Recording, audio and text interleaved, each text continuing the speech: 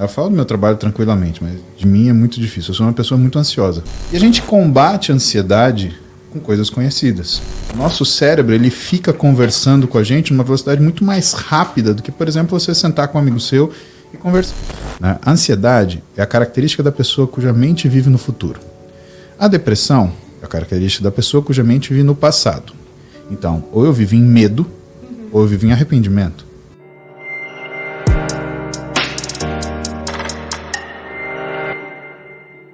Eu só funciono bem com organização. Eu acho que qualquer pessoa funciona melhor com organização, mas eu só funciono bem com organização. E eu só funciono bem quando eu tenho muitas coisas para fazer. Se quer me ver de ponta cabeça, é pegar, soltar o dia e falar assim, você não tem nada para fazer. Eu fico completamente perdido. Eu falo do meu trabalho tranquilamente, mas de mim é muito difícil. Eu sou uma pessoa muito ansiosa. Eu tenho muita ansiedade. Se eu começar a raciocinar sobre alguma coisa, sobre essa caneca aqui, eu vou pensar o que vai acontecer amanhã, daqui 10 anos, daqui 20 anos, daqui 50 anos, e aí eu vou estar preocupado que daqui 2.000 anos essa cerâmica talvez não tenha ainda dissipado. E a gente combate a ansiedade com coisas conhecidas.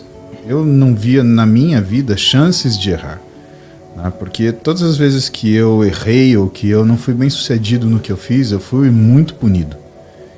Então eu desenvolvi essa extrema ansiedade em relação às coisas que eu precisava fazer.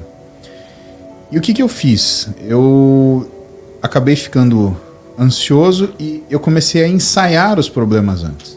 Então, sabe quando você tem alguma coisa te desagradando e você fica discutindo aquilo na sua cabeça?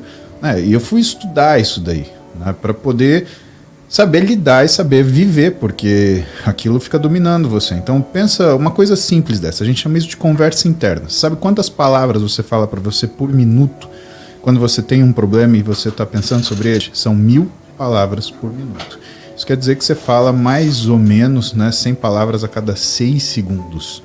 100 palavras a cada 6 segundos. E aqui a gente está conversando, eu estou falando uma palavra a cada 2 segundos, mais ou menos. É por isso que é tão difícil e por isso que a gente sofre tanto quando a gente tem um problema. Porque o nosso cérebro, ele fica conversando com a gente numa velocidade muito mais rápida do que, por exemplo, você sentar com um amigo seu e conversar. Eu acho que todo mundo que está aqui já teve algum problema, já sentou com algum amigo e vamos conversar, e assim, você perde a paciência de falar com a pessoa, porque essa conversa interna está tão forte que é difícil você conseguir resistir a isso.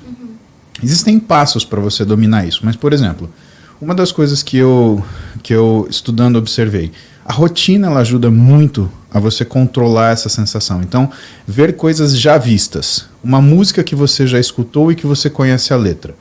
Pode ver que normalmente você começa a cantarolar a música, de repente você está cantando a letra. Você já mudou essa programação. Assistir um filme que você já assistiu. Essas coisas já vistas, elas fazem com que você se acalme e que você consiga, então, enfrentar a sensação. Uma vez que você enfrentou essa sensação, aí você chega num segundo momento, que é o quê? É você mudar essa conversa interna para programação. Você tem 2 switches no teu cérebro. É o switch de transformar tudo na catástrofe e o switch de você transformar isso numa coisa positiva. Por que o exercício dá uma inibida na ansiedade? Porque ele desgasta tudo que você tem de neurotransmissor. Na realidade, ele modifica esse equilíbrio, tá? Pensa que o processo de ansiedade, se a gente fosse falar de ansiedade e depressão de uma maneira muito rude, muito grosseira, né? A ansiedade é a característica da pessoa cuja mente vive no futuro. A depressão é a característica da pessoa cuja mente vive no passado. Então, ou eu vivo em medo, ou eu vivo em arrependimento. Quando você é confrontado com uma situação que você tem que resolver agora, você tem 200 quilos no seu peitoral e esse peso está baixando. Você não está pensando em passado, você não está pensando em presente, você não está pensando em futuro, você está pensando em empurrar essa porcaria, porque aquilo vai te esmagar. E aí você empurrou uma vez. Faltam 7. Nossa. Caramba. Faltam 15.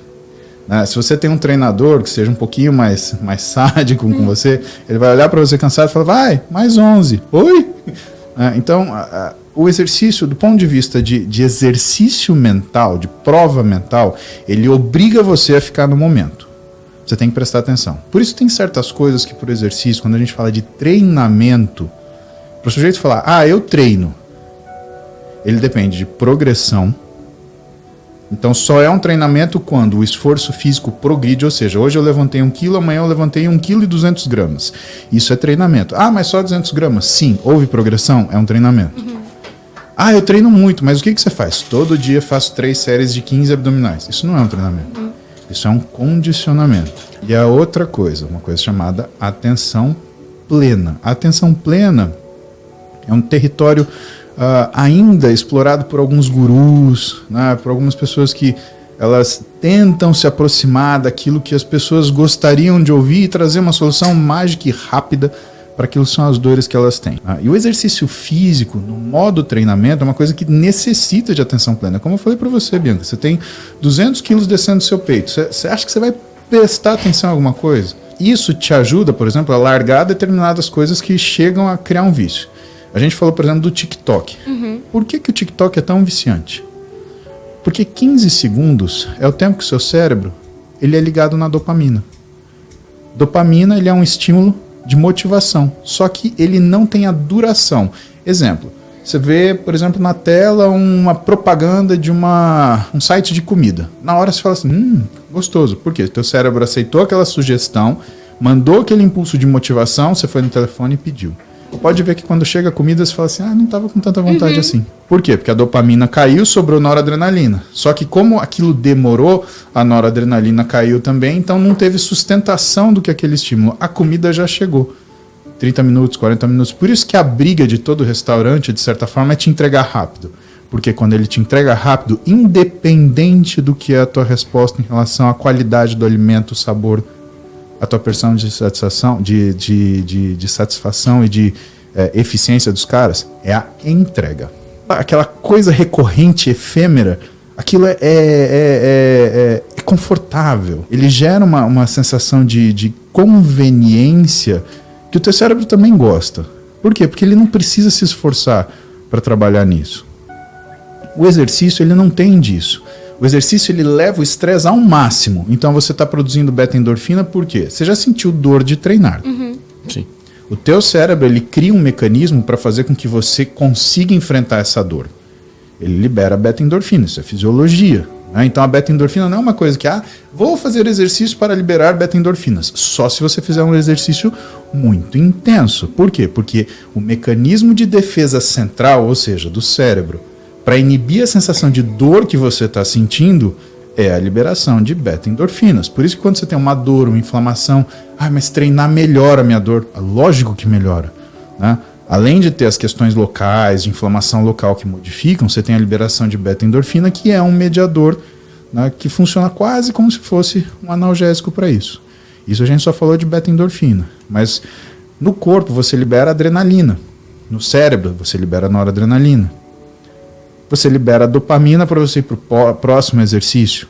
Com o tempo de treinamento, você vai acumulando serotonina, que vai te dar a sensação de prazer e satisfação. E quando você começa a entender, por exemplo, como essas coisas funcionam, você vai entender por que, por exemplo, um antidepressivo, quando uma pessoa usa um antidepressivo, ela começa a pegar uma aversãozinha a fazer exercício físico em alta intensidade. E nada mais difícil do que você lidar com o óbvio.